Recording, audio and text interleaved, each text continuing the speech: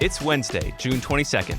From inside the WTOP newsroom, this is the DMV Download, brought to you by the men and women of Steamfitters Local 602. Get an estimate and learn more at steamfitters-602.org.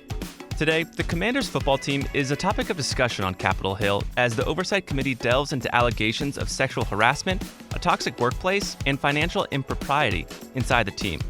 WTOP's Congressional Correspondent Mitchell Miller tells us what came of the day-long hearing where owner Dan Snyder was notably absent. Very pointedly, she said, this is apparently a statement that reflects how Dan Snyder looks at women and the workplace. And the day after the primaries, we not only know who won, but what it means for the politics of D.C. and Virginia going forward. We speak with WTOP's Luke Lukert about D.C.'s primary and Mayor Muriel Bowser's campaign that allowed her to keep her seat. I would say that they were pretty confident. And WTOP's Nick Iannelli tells us how redistricting affected some close primaries in Virginia, which could change it from a purple to a red state come this fall. This is one that nationwide the eyes are going to be on. Thanks for joining us. I'm Megan Cloherty. And I'm Luke Garrett. In Congress today, the topic is not the January 6th insurrection, but rather the allegations of a toxic workplace culture and financial wrongdoings inside the Commanders football team. Last week, owner Dan Snyder's attorney sent a letter to the House Oversight Committee letting them know that he would not testify there. Hours before the hearing started, we learned of a settlement between Snyder and a former employee who accused him of sexually harassing and assaulting her on a team plane back in 2009. The Washington Post got the document, which states the team paid the woman $1.6 million for her agreement not to sue the team or publicly disclose her story. WTOP's Congressional Correspondent Mitchell Miller is here to tell us what happened at this hearing today. And Mitch, there's a lot for the committee to get through. Owner Dan Snyder's absence was, of course, noted by the committee, who asked him to be there and testify today, and it wasn't received well. I think it's fair to say that. I think that's very fair to say. House Oversight Committee Chair Carolyn Maloney making it abundantly clear that she was really upset with Dan Snyder for not showing up. They didn't really buy his argument that he didn't have enough time to make a rescheduling of this. And she actually alluded in the hearing, not alluded to, she stated in the hearing that she believes he's near his yacht in France and that he's on a trip. And she said, very pointedly, she said, this is apparently a statement that reflects how Dan Snyder looks at women and the workplace. So she issued the subpoena that goes out for a deposition for next week. We'll have to see how Dan Snyder and the team respond to that. Sometimes when they issue a subpoena, it doesn't mean it's an automatic. Sometimes there's a little bit of give and take, but it does indicate that this committee is playing more hardball than I originally anticipated. And Mitch, this all started with the NFL's independent investigation led by Beth Wilkinson into allegations against Snyder, which the NFL has not made public. Was any of that investigation brought to light today? Did we learn anything new? This was a big part of this hearing. A lot of the Democratic lawmakers on this panel really miffed by the fact that the NFL has not released more than what was just basically a press release related to this report. And Maryland Congressman Jamie Raskin very pointedly asked, why would you spend hundreds of thousands or millions of dollars on an investigation like this, all into these misconduct allegations, and then never actually print a report? Now, Goodell repeatedly went back to basically his argument is that some of the people that were cited in connection with this report wanted to remain private, wanted to be confidential.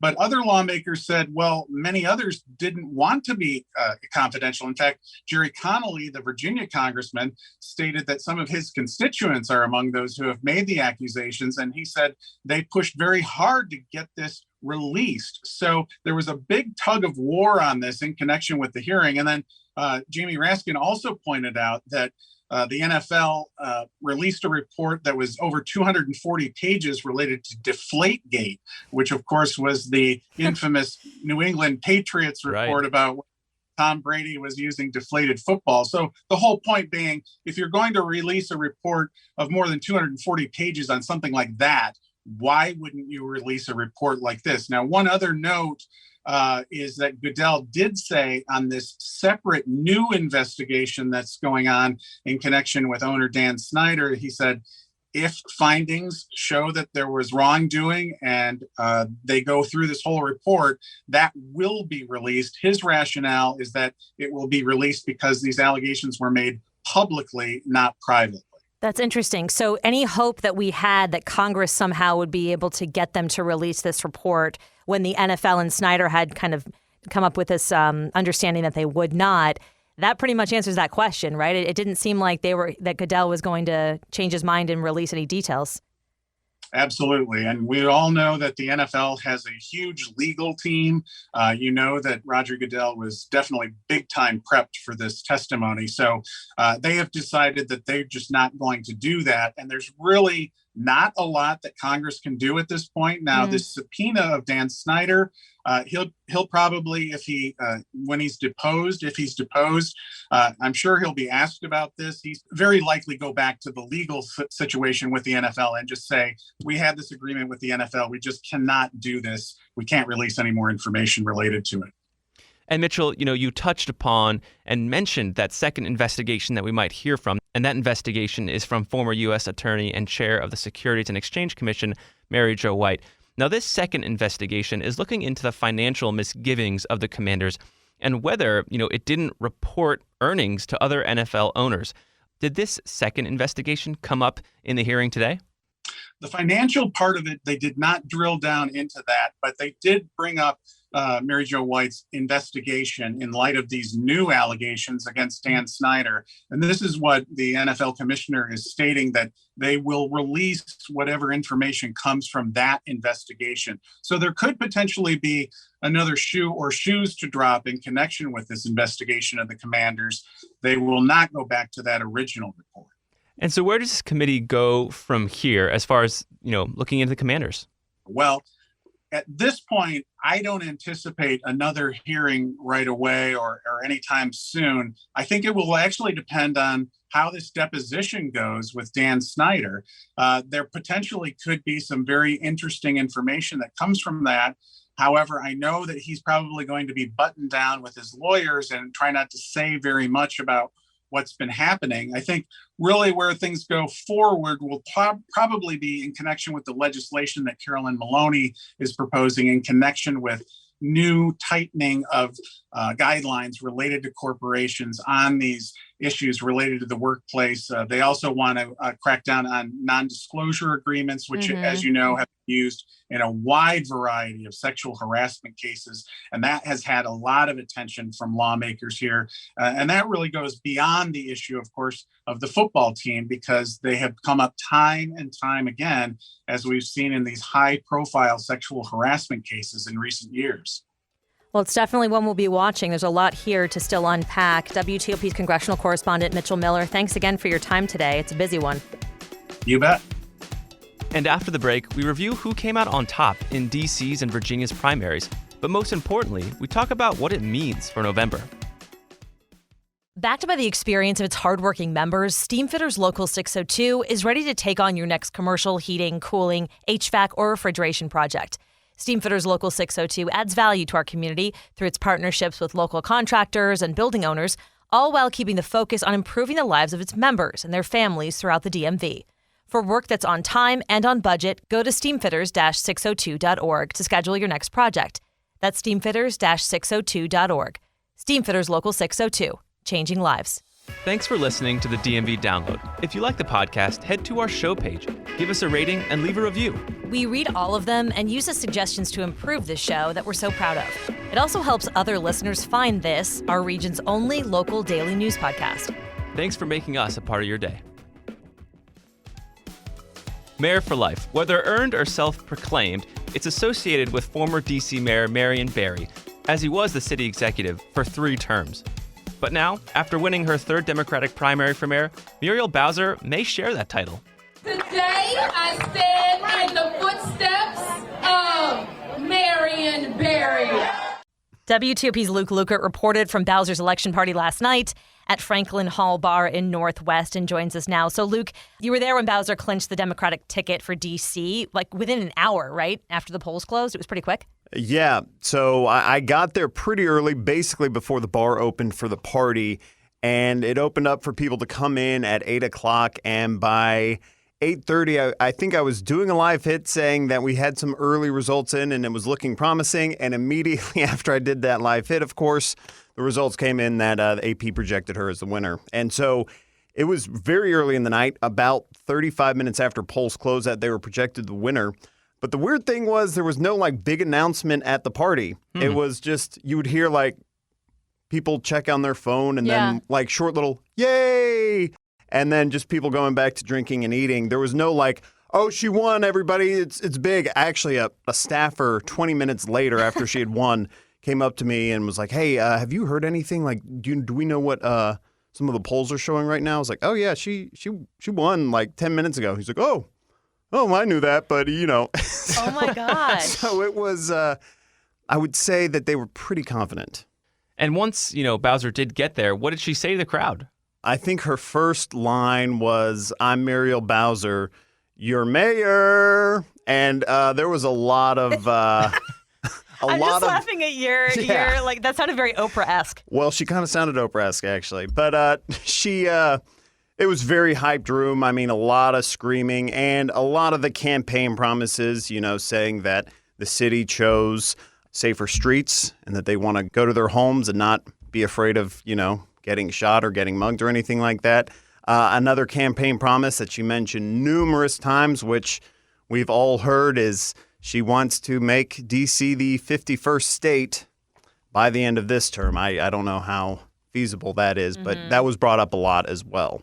And as you guys said, Marion Barry, she talked about that quite a bit, the fact that, she is standing on the shoulders of giants, and that giant being Marion Barry. We know that she had a couple of people she was running against, but most notably Robert White, who was at-large council member, and Trayon White, who is council member of Ward 8. There were also some council seats up for grabs last night, and our friend Mike Murillo covered that, but we wanted to kind of run through them with Luke. Not every seat was up, right? No, not every seat was up, but several, and a lot of familiar faces, a lot of incumbents took some of those races. Brianne Nadeau won Ward 1. Ward 3 is still not called by the AP, but I believe Eric Goulet has already conceded to Matthew Fruman, and so he'll be representing Ward 3, which is kind of northwest D.C. Mary Chay's old seat, west of Rock Creek Park. And then Zachary Parker, who will be taking over Ward 5. He won about 41% of the vote. Charles Allen, we all know his name. He's Ward 6. He ran unopposed, so of course he was the first person that we knew won re-election. And Anita Bonds took the at-large bid as well. And Phil Mendelson, longtime council chairman, will again assume that role after he won last night. So not many surprises. Not a ton. No, zero, I think. The only thing that sort of was surprising is leading up to the race, there were some surprises that in Ward 3, Mary Chay's seat, we had one of the leading candidates dropped out right before the race, which some people may have already voted for her.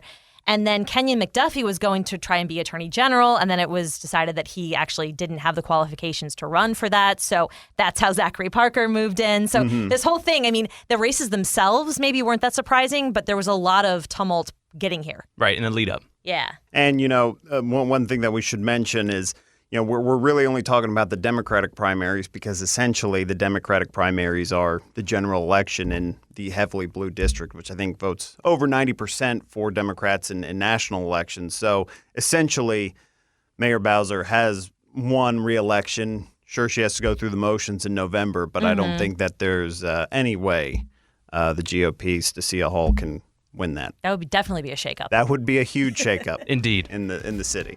Well, Luke, thanks for catching us up on all the races from last night. Thank you, guys. Now in Virginia, yesterday's primary election was a different story. Unlike D.C., the primaries in the Commonwealth did not determine the outcome of the election, as it's a purple state, skewing actually more red in recent elections. Now, in most district races, the candidates ran unopposed or were decided in party-run conventions. But there were a few races in Virginia that could prove really consequential to the entire state in the midterms this fall. WTOP's Nick Iannelli has been covering the changing politics in Virginia and joins us now. Nick, let's start with the most contested and consequential race from last night in District 7. This includes Prince William, Stafford, Spotsylvania, and Culpeper counties. Prince William County Supervisor Yesley Vega won, but it was close. How did she win? Well, Luke, as you mentioned, there are two of these really highly contested races, and that is one of them. That is in the 7th district. And the Cook Political Report, which is a nonpartisan report showing elections all around the country, it says that this is among the most competitive race in the country for a Democratic member of Congress. That is in the 7th District, Abigail Spanberger. She is the incumbent Democratic Congresswoman in District 7, and she is among the most vulnerable Democrats in Congress in the entire country. So yes, this is something that was watched very closely. As you noted, Prince William County Supervisor Yesli Vega won, defeating 5 other Republicans. So just that Republican field, the fact that it's that crowded, shows you that Republicans think that they have an advantage there and they can potentially win that seat, flip it from Democrat to Republican in November. You mentioned Abigail Spanberger could be vulnerable here. What did Vega present in the campaign that you think really stood out? Well, she was able to win that primary because she was a compelling candidate in the way that she is the first conservative Hispanic to win in a Republican congressional primary in Virginia. That is something that she's been talking about now. She does have a compelling personal story. That is probably her number one asset. And she is somewhat of a culture warrior, and that's effective for winning in a Republican primary. Although in the general election, you have to think that perhaps maybe it's potentially a liability with those moderate voters in Northern Virginia, those suburban voters in Northern Virginia. Vega campaigned alongside Texas Senator Ted Cruz on Monday, so that gives you an idea of where she stands. She does stand firmly to the right of many people in Northern Virginia, so we'll see if that's a liability. But with the fact that Abigail Spanberger is vulnerable, due in part to redistricting that recently happened, it shifted her district around in a way that took away her base in the suburbs around Richmond. So that does make her more vulnerable just in terms of the district that she now lives in. And we'll see if this Prince William County supervisor can potentially overtake her and get into Congress. Now, moving on to the 2nd District, which runs along the Eastern Shore and Virginia Beach, Republican State Senator Jennifer Kiggins handily won the primary last night and is set to face current Democrat Elaine Luria in November. What do you expect from this matchup come November? Will it be as close as the 7th District? This is probably going to be closer than the 7th District. This is one that nationwide the eyes are going to be on. I just mentioned redistricting. That affected Elaine Luria's district even more than Abigail Spanberger's district. This district, too, was made less favorable to Democrats during the redistricting process. So Elaine Luria, she became vulnerable due to that. Also, she sits on the House committee that's investigating the January 6th riot at the Capitol. And Luria has acknowledged that her presence on that committee is a polarizing thing. It's a polarizing issue, and it could lead to more political attacks against her. So that could be yet another political vulnerability for Elaine Luria. Certainly one to watch in November as she takes on Republican State Senator Jen Kiggins, who defeated 3 other Republicans on primary night. And Nick, it's not like there were only 2 primaries in Virginia last night. We're focusing on them because of how consequential the outcome could be. But there weren't many primaries. And why is that? That's right. There are some people in Virginia who probably hear about primaries and then aren't able to participate. Maybe they're confused. Why am I not able to participate? I want to vote. Well, there were 4 Republican primaries and 1 Democratic primary in Virginia last night. When you think about it, there are 11 U.S. House seats in Virginia. That's relatively few. There weren't many voters who were able to participate. That is because many candidates are running unopposed, and there's not going to be a primary, obviously, if they're just one candidate. That is one reason. Also, Republicans have chosen in 4 of the districts to earlier this year choose their candidates through other methods, such as conventions and primary elections that were held on the local level rather than being controlled on the state level with the traditional primary process. Nick, thanks for telling us about the political reality in Virginia after yesterday's primary elections. All right, thanks, guys. And before we go, there will soon be some new Smithsonian Museums coming our way. Did you realize this? Yeah, I just heard that today, but I can't wait. I didn't know. I guess this was all approved by Congress back in 2020. But today, the Smithsonian Board of Regents basically said, hey, we've been looking at 24 sites for these 2 new museums, and we've gotten it down, whittled it down to 4 sites. So we're talking about the two new museums are the American Women's History Museum and the National Museum of the American Latino. And by the end of the year, they said that they're going to choose the two locations. So what are the options? Okay, so there are 4 options. They're pretty simple. The first is the Arts and Industries Building, which is at 900 Jefferson Street Southwest. And it's actually, I didn't know this, it's the second oldest building in the Smithsonian's group of buildings, which, of course, the castle is first. Right. And right now, the Arts and Industries Building, it's very Instagrammable if you go there. They like set up this very cool kind of history of the Smithsonian exhibit there. But mostly it's used for, events and stuff. So they could repurpose it to be a new museum. The second option is the National Capitol site, which is essentially the northwest side of the U.S. Capitol reflecting pool. So on the Capitol grounds. Mm-hmm. Wow. Yeah. The third is South Monument, which is just south of the Washington Monument. You know where the National Museum for the for African American History and Culture is? Yeah. Sort of like next to the monument-ish. It would be on the other side of it. Oh, wow. And finally, the last one is the Tidal Basin, just toward the Potomac. There's this huge group of fields that are used for different things, right? Playing softball, whatever. This one would be a rugby field. And yeah, I mean, there's 4 options. They're going to get it down to 2 this year, but that's really exciting. 2 new museums downtown. I don't know when the heck we'd see the museums, probably years from now. More Smithsonians, the merrier. That's all I got to say. I like it, yeah. So those are on the horizon, which is kind of fun for our city. Cool. Yeah. Well, that'll do it for us today. Thanks for joining us on the DMV Download. We're sponsored by Steamfitters Local 602. Our managing editor is Craig Schwab, and our music is by Real World. Give us a review and rate our show when you get the chance, and follow us on social media where we're posting content every day, including a ridiculous TikTok today if you have the chance to see it. It's awesome. You can find out more about this podcast and become one of our VIP listeners at dmvdownload.com.